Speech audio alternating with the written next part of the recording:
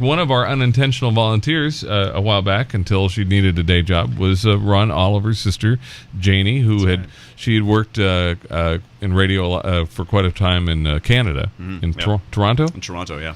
Welcome, Ron Oliver. I wanted to do this. We've talked about it before about having you in. One of the reasons that we're here, my mother-in-law is always saying, "Well, why don't you? You can do internet radio from anywhere. Come to Boise." And there are certain things that have to be done in certain places, and this genre, I think, is probably best done in either New York or Los Angeles. I can't, because it's so connected to theater and radio and television. Oh, absolutely. I think that there's a sensibility to the music and to the artist that made the music that really exists here and in New York City for sure. Here, I think it's interesting because you've got a huge fan base here in Hollywood, like a huge fan base, and people listen to this station quite a lot. When I'm roaming around on productions, the first thing that I do when I go into a production office is make sure everybody's computers are set up to listen to Martini in the morning. Because I want to make sure, because then I haven't got any sort of nonsense going on in the background. I haven't got any of that sort of ghastly rap music and so on going on in the background. Ghastly. These young people today and they're rap. But you don't have that sort of this chaos in the background. You have this marvelous music, that's very conducive to creative work. So you have you told me sometime back that you have included martiniinthemorning.com in some of your work in film. Absolutely, you have to look close, but we always managed to put somewhere in all the movies some Martini in the Morning reference, and it'll be in one of the movies, I think, or one of the bar backs in a bar scene was wearing a Martini polo shirt. Love it. On another one, there was on a board in somebody's kitchen. There was a list of things she had to do, and it was Kelly Martin, who's a lovely actress, and the list number 4 on the list was tune in to martiniinthemorning.com. Yeah. So it's like all over the place, and if you look for it, and people get to know this stuff, it's like finding my dog. There's always a picture of my dog in the movies. So if you look and have an eagle eye for this stuff, you'll find it. And I think I think I've seen a picture. You can also find a martini glass hiding in different places, like in your pool, for instance. Yes, absolutely. The martini glass in the bottom of the pool. I think it's important to have a martini glass within arm's reach at all times. I think so, especially in this business. So it is a great. How long have you been in this business? In the business we call show. Business. Yes. Yeah. The business we call show. This business we call show. 25 years, I guess. So you started when you were 10. I was an infant, really. I was a child prodigy. It's the Mickey Rooney of my price point. I did a movie when I was a kid called Prom Night 2. Hello, Mary Lou, Prom Night 2. I wrote this script, and I worked at Club Med when I was young, and I spent a year there, and I came back from there, and I wrote a movie script about it, and nobody wanted to buy that, but they wanted to buy my writing, so I came up with a horror movie, and then we made it. And that sort of started it, and then I just kept working various degrees of success over the years, and have continued on. And I'm discovering now that it's really a war of attrition, showbiz, because as you well know, it's the last man standing. So now I'll go on film sets now, and I'll have crew members come up to me and say, "I just want you to know your work has meant a lot to me over the years." And these are like infants, coming up to you. And I said, I used to watch Goosebumps or Are You Afraid of the Dark, or in those shows I used to do back on Nickelodeon or Fox. And I said, "Oh, this meant a lot to me when I was a kid." Thanks, fella. Thanks for making me feel really, really old. Get the hell out of here. I remember Goosebumps. R.L. Stine? Bob Stein, yeah. Our kids were big fans of to make you feel older. My kids are now in their 30s. We're big Goosebumps fans. So you've done kids programming. You've done. Certain people I know specialize in certain themes or certain genre, I guess. Do you have a specialty? Not particularly. I probably was born out of time a little bit, which is maybe my fascination with the music of martiniinthemorning.com. I think part of it is you try to recreate the studio situation where they used to have directors on the studio, and they would give you a picture, and you would take the script and either say yes or no and then do it. And I think that's been a big part of this, is trying to recreate that sensibility. So I just finished doing a musical. We did a musical called The Music Teacher, starring Annie Potts. It'll be on Hallmark on August the 11th. It premieres. And then right after that, I did a romantic comedy we just finished that we shot in Chicago and Vancouver. called Love at the Thanksgiving Parade. It's the story of two people who fall in love at the Thanksgiving parade. I know, shocking. And it stars a lovely young lady named Autumn Reeser, who is tremendously talented girl, relatively new, but she's just wonderful.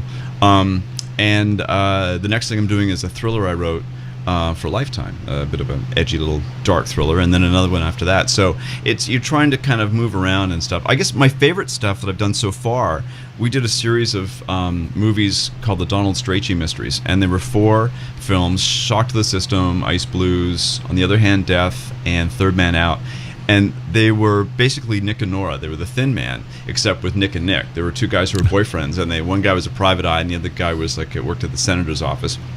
And they solved mysteries, and it was really retro styled, and so there was martini glasses all over the place, and there was always and the martini became a symbol in the movie, that when you had the 2 guys had their martinis at the same time, it meant everything was okay.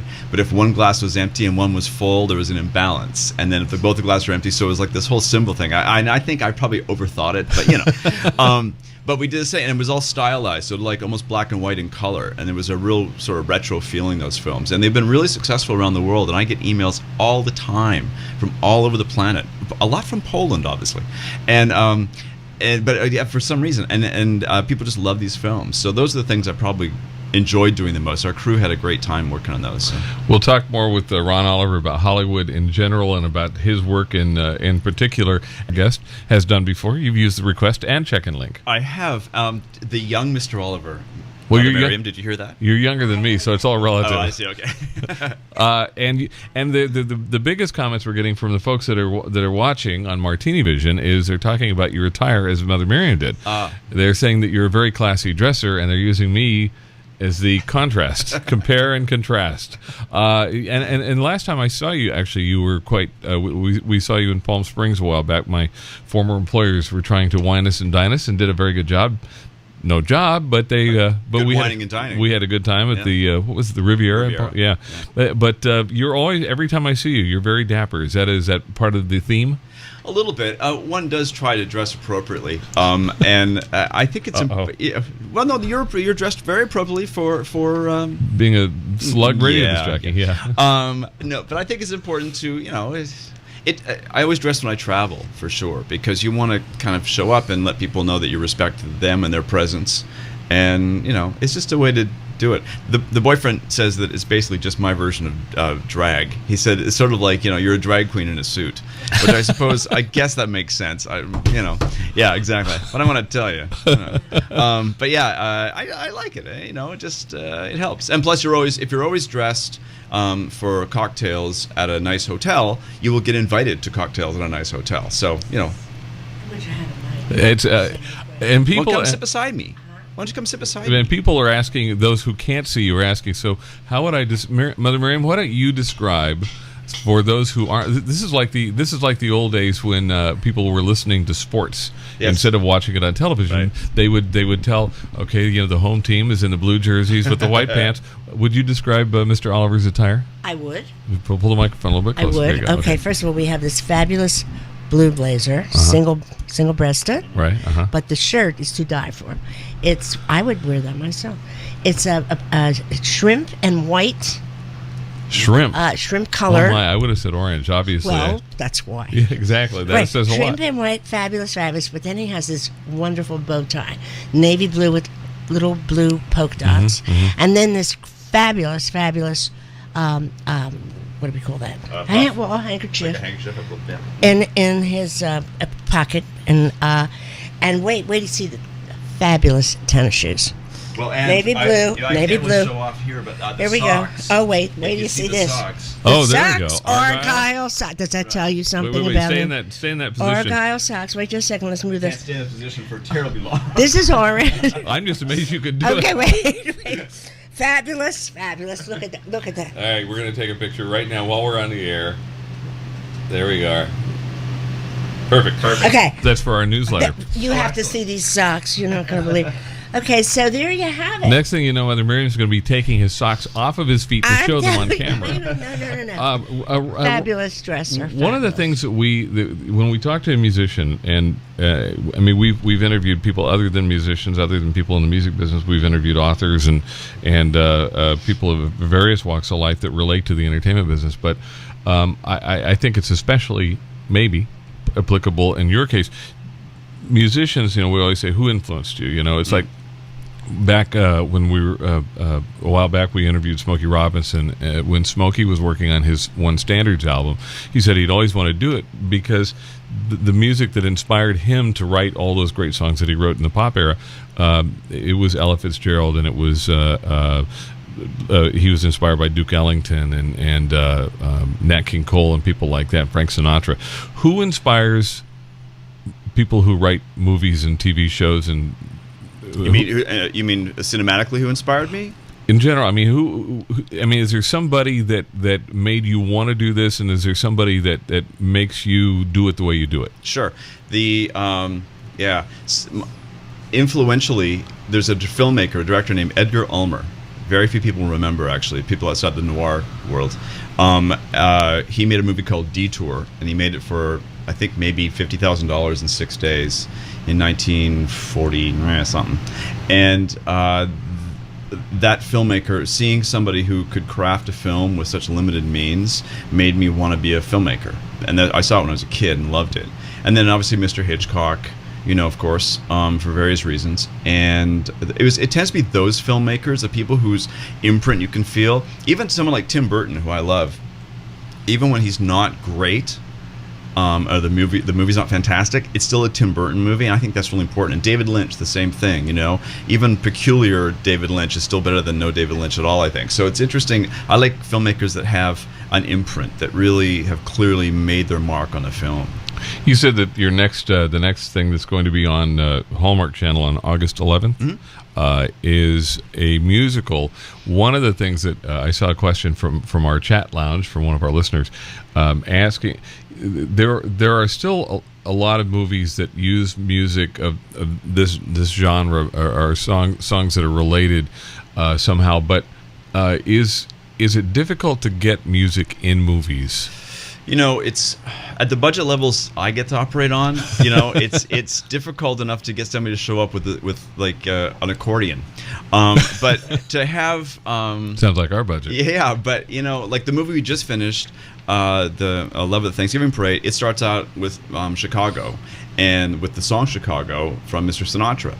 And so they're negotiating the musical rights to use that right now, and it's fairly expensive. With his voice? Yeah. Been there, done that. Yeah, so it's fairly expensive. Yeah. But it's also really important for the movie. So our producers have said, okay, well, we'll find some way if we have to pull from here and make that work. So in terms of finance, it's tricky because musical rights, as you well know, are rather expensive, especially when it comes to film. So then you end up with, I have a great composer I've worked with a few times named Peter Allen, up in Canada, he did the Dennis the Menace movie for me, and he's done a bunch of those things. And he's terrific, and he creates a wonderful mood and a feeling. So his music always helps a lot. When you're doing an edit of the film, you will often take what we call temp track, and you'll just pull songs that you like and put them into the movie in different places. And the cut we just finished, I had a bunch of samba and cha-cha music in it because it felt like that kind of a movie, right. So, and it's all from this era. It's all from the martiniinthemorning.com. That's the world of it. Well, we like... Just wondered, did you use any Perez Prado stuff? No. Oh, you're talking Latin music. Yeah, no, we didn't actually. Yeah, no, we didn't get into it. We just basically pulled musical tracks off of whatever the CDs we happen to have in the editing room at the time. And I think it was a bunch of that lounge collection stuff, and we just threw it all in there. So it's like, it's Esquivel and people like that. So if you got a question for Ron Oliver, we'll talk more about Hollywood on martiniinthemorning.com. The Martini in the Morning chat lounge is a place to ask your questions. Go in, and there you can private message MITM questions, and we'll pass your questions along to Ron Oliver. Speaking of Perez Prado, Mambo, anyone? It's martiniinthemorning.com. Martiniinthemorning.com, Perez Prado, Mambo number 5. Perez Prado did a lot of, did some stuff with Rosemary Clooney. Probably some of her best work when she got out from under Mitch Miller's thumb. And if you're a Mitch Miller fan, I don't apologize. It's martiniinthemorning.com. Our guest, Ron Oliver. We've gotten to know Ron over the past few years, and every time he's got something on TV, I think, what was the last thing we watched? I think the Valentine's thing, was that that was last? Cupid, yeah. Cupid, that's Cupid. What it was. And there was a big billboard down here at that was Hallmark, wasn't it? Mm-hmm. And they had a massive billboard on Ventura Boulevard. With my name on it. My mom was like, oh my God. Yeah, it's kind of fantastic, actually. Yeah. That was a fun movie. It's a difficult business, isn't it?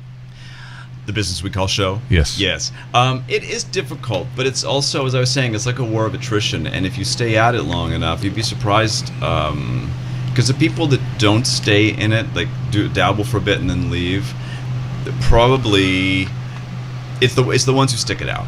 That's where it's tricky. And you guys are survivors, obviously, in this case. I mean, come on, this radio station is, because I said before, I was listening when you used to be on KLAC. Right. Here in Los Angeles, and to know that you went over to here made me feel so good. So, and that's a survivor technique. I mean, it's good. You call this surviving? It's wow. surviving. I got to tell my wife. Yes, ma'am. You lean into the mic. Yeah, I'd like to talk about the important stuff, like stuff like the movies that are being made now. Oh, yes. Little gossip stuff like. Yes. Liz Taylor's new movie. Do you know anything about that? That's really been in the news a lot lately. Yeah. The Lindsay Lohan thing. Yeah. Right. It's interesting. I have a couple of folks I worked with on the crew last summer, and they're working on that movie right now. Mm-hmm.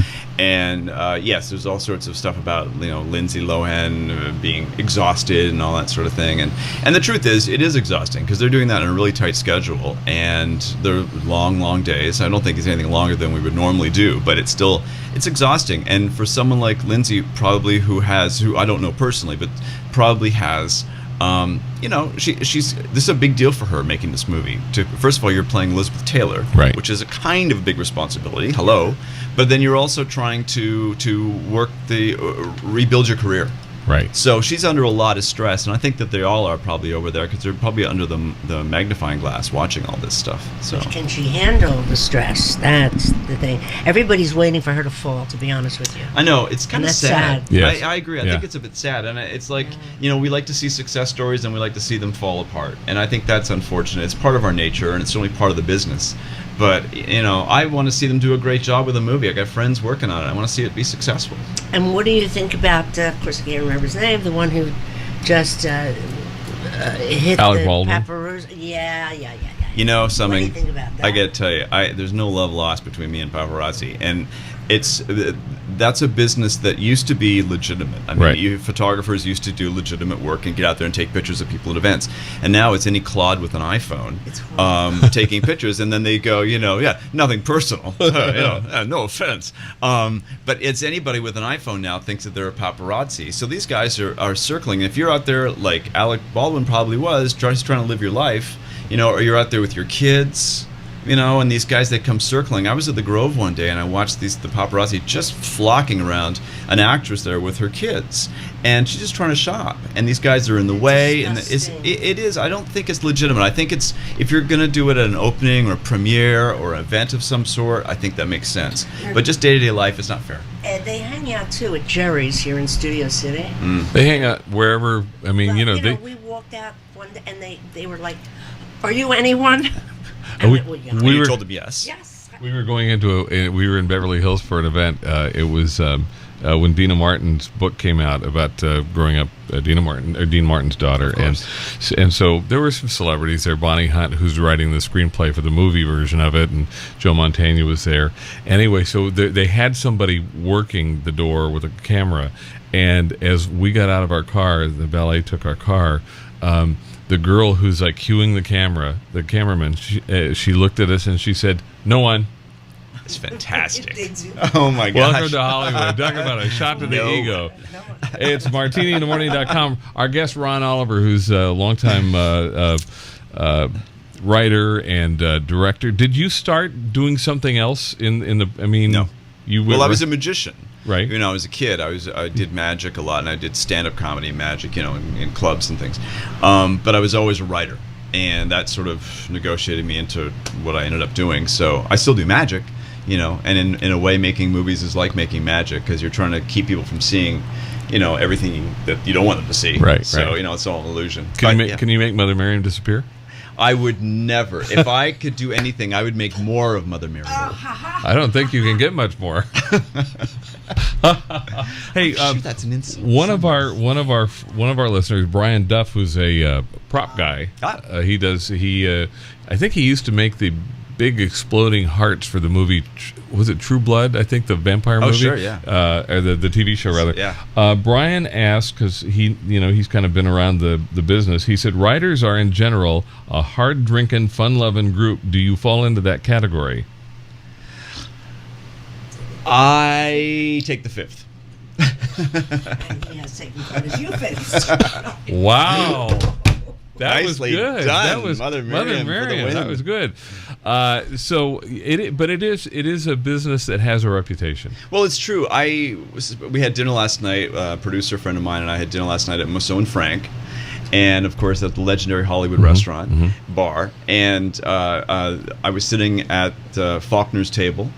Because in that place, essentially everywhere you look, there's history. And Bogart sat here, and Wells sat there, and I've actually done some work in there before, right, with my computer and sit in and do a little writing. And there's a marvelous bartender named Manny there who's been there since the dawn of time. Yes. I think he invented vodka. And he is one of those guys who's really supportive of everybody who comes in who's in the business and encourages you to write it. And, and I was sitting at the bar one day, probably in the fall maybe, and literally in the space of 20 minutes as Manny was pouring me a drink, I had 3 movie deals come together in the space of 20 minutes with him pouring drinks. Wow. So I said, from now on, you have to always pour me a drink at this exact time. So I go back every month at the exact day, the exact time, hoping that it'll happen again. Has it? Nothing. No, nothing at all. It is a funny place, and they like telling you in a very casual way the history and the connection to Hollywood. We were in there for a lunch meeting one day, and we had one too many people for the corner booth and near the street, and the waiter said, it's no problem. He said, we'll do like we did when Bobby was here last week.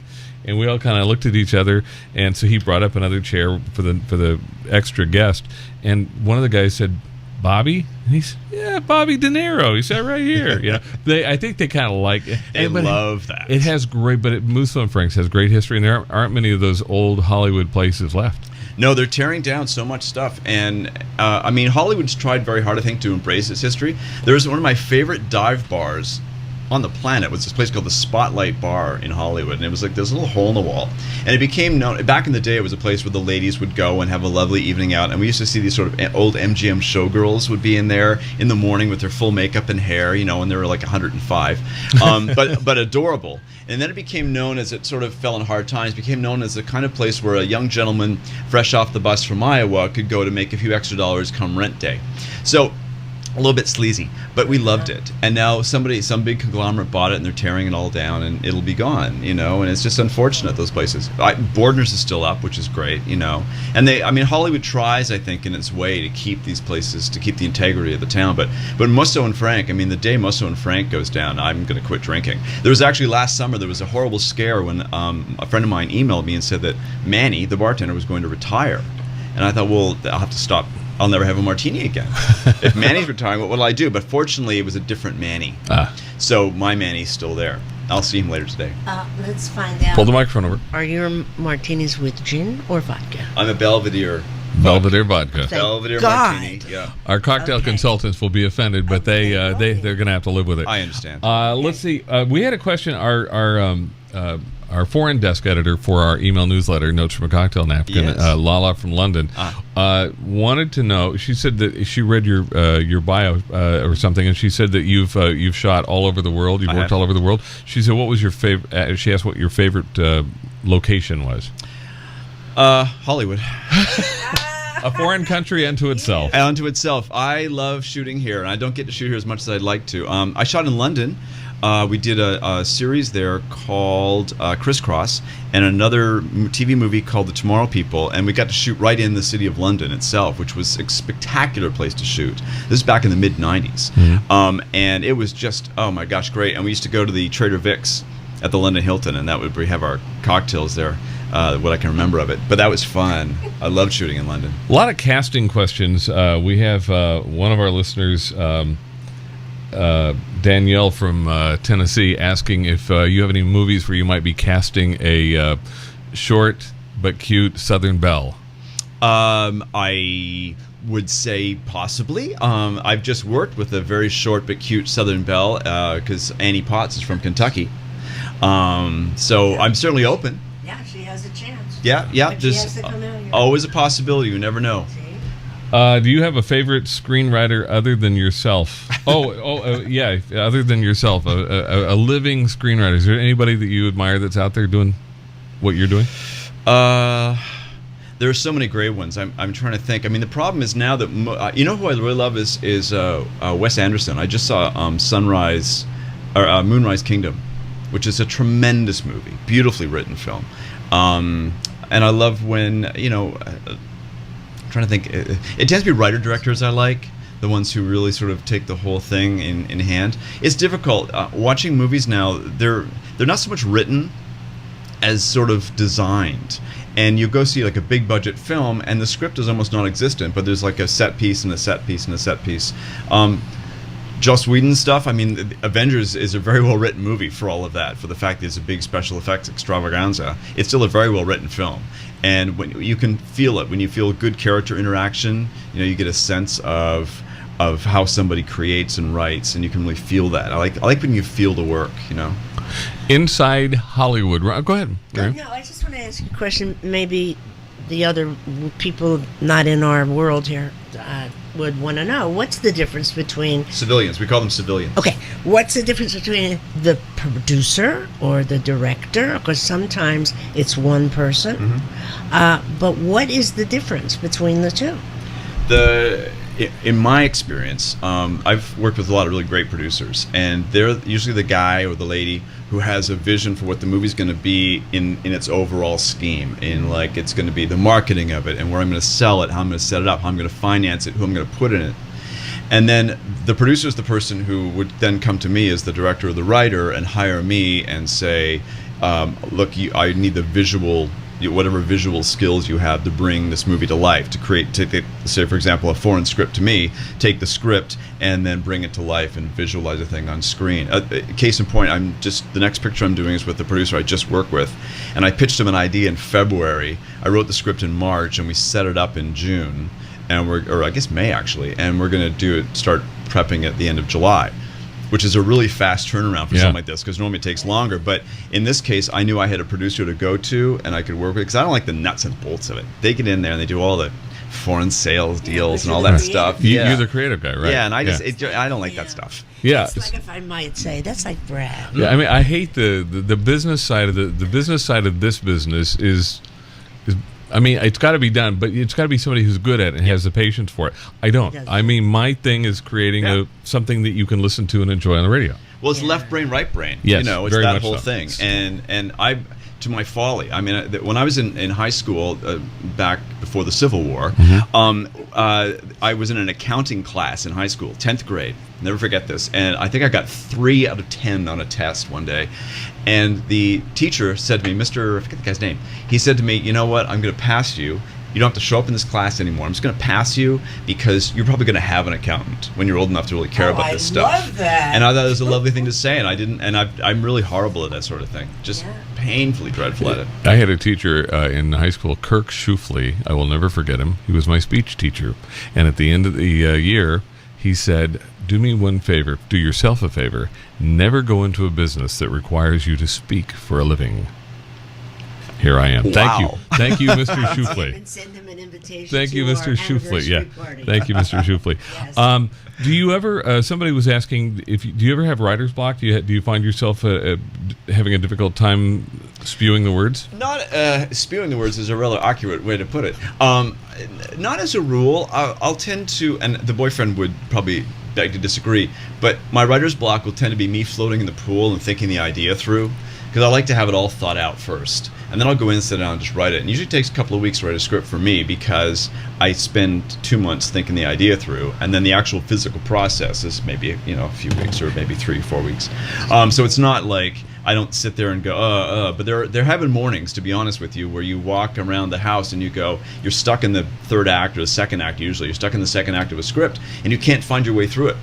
because you're focused entirely on how the plot goes like this and the characters doing this and this, and you're trying to find your way into the next part of the story, and you get blocked, and it's so frustrating, and you get angry and you get cranky. So I go to the gym, or just or leave, like go out of the house and just go somewhere else. Change the scenery. Totally change the scenery. And I read most of the scripts. When people send me scripts to look at, to make, I read them. There's a Mexican restaurant in downtown Palm Springs called Las Cazuelas Terraza, and I sit outside with a big margarita, and I read the scripts, and there's these ladies who work there, the waitresses who work there, and I will always pitch them the stories and see if they like them. I'll make the movie, because they're my audience. They're the lifetime Hallmark audience that we're doing these movies for now.